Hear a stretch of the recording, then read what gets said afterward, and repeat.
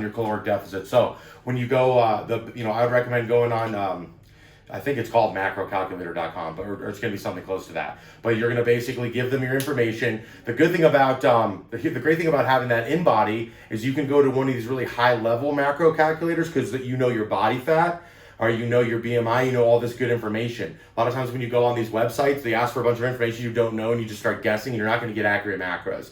So that's why that in body that we have is really great, because you have all this great information to enter in a macro calculator, and then your deficit will be correct. And then at the end of the day, you got to remember this: unless you have like an eating disorder, and I mean that medically, unless you have an eating disorder, it's never good to starve yourself. Anytime you're putting yourself in starvation mode, you're going to get a metabolic response where you slow down.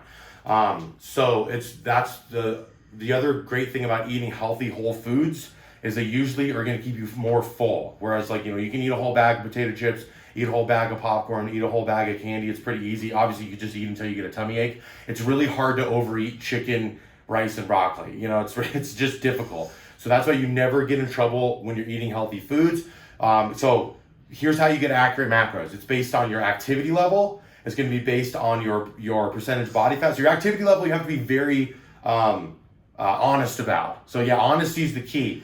Even if you think you're working your butt off, you need to be very honest about how the time and the intensity, because the more accurate you are, the better nutrition you're going to have. So if you're someone that's like, I go to the gym 5 days a week and I kill it, so I'm going to put maximum activity. But then I see you at the gym and you are the guy that walks around on the treadmill for 15 minutes and you got the towel around your head and you're like talking to Mary Jo over there about Tequila Tuesday and all that stuff. You should probably be saying that you're not very active, right? So you have to be very honest. So it's going to be based on your activity level. It's going to be based on your caloric deficit. That's kind of up to you too.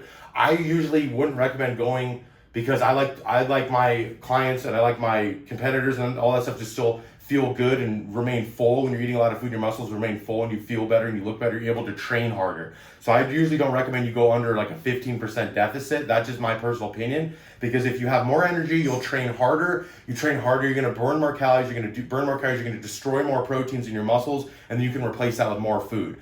So it's always better to eat more and work harder than to eat less and work less. So always keep that in mind. Your body is a machine. It's like a coal train, putting coal in a coal train. If you're eating more, work out harder, you can eat more, and so on. When you're doing a lot of cardio and lifting a lot, your appetite is going to go up. So some of you guys have told me, like Layla, I have no appetite, but she's also been on vacation, so she hasn't been extremely active. A good way to get that appetite going is by exercising. So cardio is going to really help. That's going to get that appetite going and stuff. So that's something to think about. If you're struggling with food, a lot of the people we did these in-bodies for, they're not overeaters. They're mostly undereaters. If you're someone that struggles with your appetite, I guarantee you haven't been doing that much cardio. If you have been doing cardio, you've probably been doing just really slow, steady. You're getting a nice little sweat, whatever. Try mixing it up. So we're going to talk about cardio here in just a little bit. Does anyone else have any other questions before I cut? I don't want to cut anybody else off.